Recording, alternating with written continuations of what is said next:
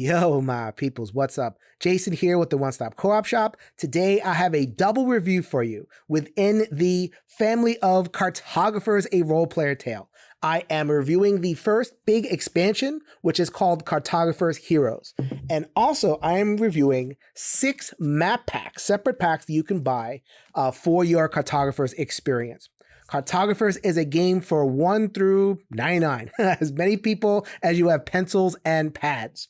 You're going to be flipping cards and checking out shapes and drawing those shapes and constructing your kingdom depending on different scoring conditions. So I'm not going to review the basic game here. We have coverage here on the One Stop Co-op Shop. Mike did a playthrough and a review.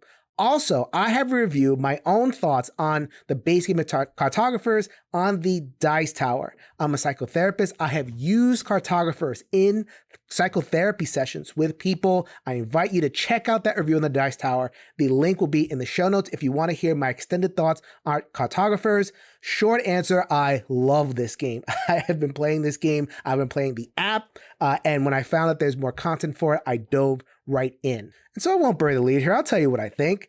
If you were not taken by the original Cartographers for whatever reason, I don't know that anything in these expansion materials will change your opinion 180 degrees. However, if you like the original one okay, but you wanted a little bit more in terms of decisions and that gamer meat that we love, then I think that these expansion materials have a lot to offer. Disclaimer, I was provided a review copy of Cartographers Heroes as well as the map packs.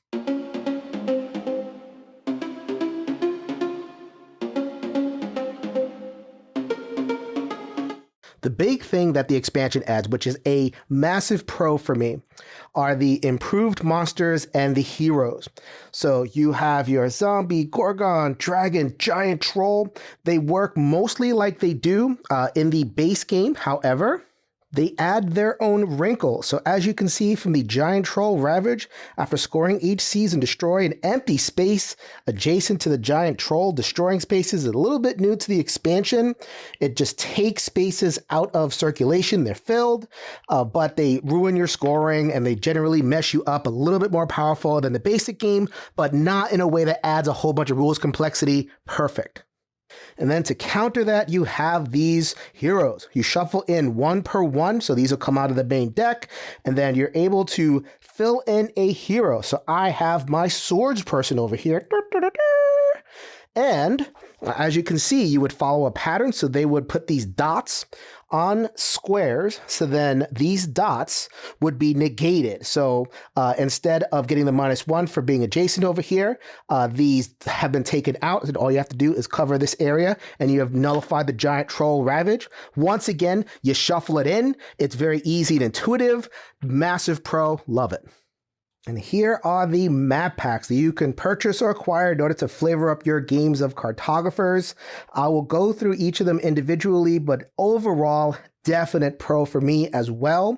So they have rules attached to every single one of them, and they're all flavored around, the steps and the expanse, the Undercity, etc. Introduce minor rules tweaks. Each one is about a page worth of rules, and it's not even that, just usually one thing to remember. Adds enough variety for someone like me who has played a ton of Cartographers to want to keep coming back. So overall pro, let's talk about each individual one.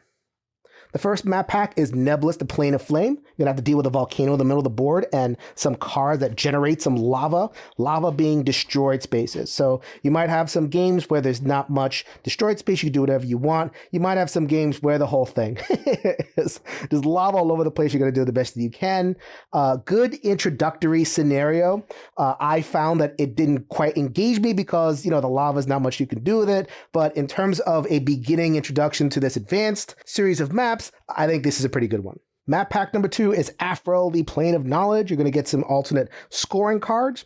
The trick here is that each of the areas is unconnected, and you have to spend coins in order to link the islands and open them up for drawing. So that was an interesting push-pull. You want to hold on to your coins as long as possible for the seasonal scoring, but every once in a while you have to open them up, especially if the dreaded monster pops up and you have to go ahead and conquer it. I found that push-pull to be really neat. This one was where I started to feel the difference in the design and opening up what Cartographers can offer. Really solid. Map number 3 is the Undercity. So you are going to get some special scoring conditions once again. And here you have your above ground and your underground that is linked by a gate. You also have the other side where you can put the gate wherever you want. So you have to build up is up, down is down, and never the twain shall meet unless you can make them meet to satisfy different scoring conditions. So this one is all about navigating the constraint, which generally isn't my favorite aspect of Cartographers, but I can see people vibing with the added challenge of dividing their two areas that are built off of the gate. So that's map pack number 3. Map pack number 4 is the Frozen Expanse, the realm of frost giants, and they give you a frost giant to illustrate the purpose as alternate monsters and also an alternate hero. So for this one, you are going to try to do the regular Cartographers things. However, there are these scouted spaces, as you could see, just like in the ruins in the basic game. There are different spaces that represent fallen civilizations. You're trying to reclaim them, so you can only draw forest and a forest space, etc. And you also score based on whether you can draw on those scouted spaces. You also have this frozen lake, so if you could manage to completely surround it, you get 3 coins. Unfortunately, I didn't do that, and I didn't do very well in this game. But I really enjoyed this one for the thematic resonance, and also my tendency in terms of preference is to not work around limitations so much, but to have different goals and to have more choices. Every choice is good. It's just a question of which choice is the best. That's my preference. I really, really enjoyed the Frozen Expanse. Check this one out. Map pack number 5 are the plains with 2 mountains on them that need to have beacons lit upon them.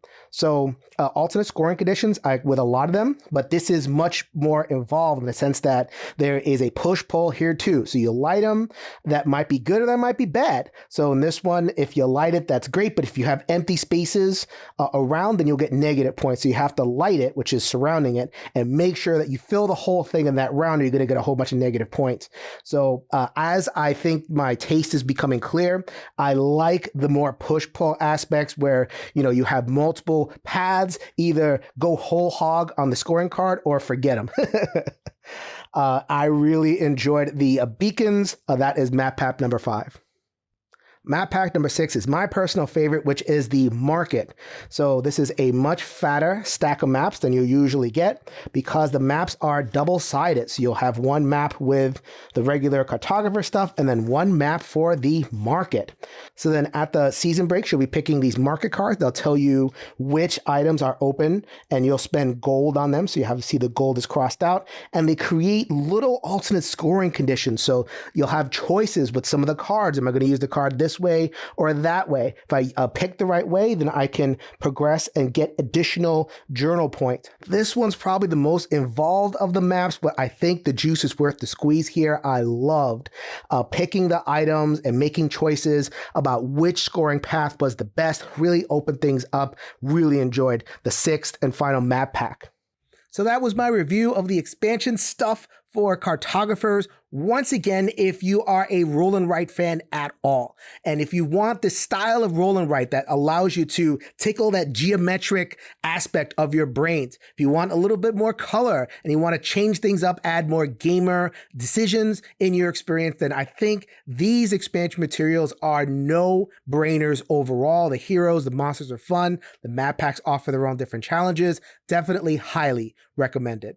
This is Jason reminding you that we will see you at the next stop.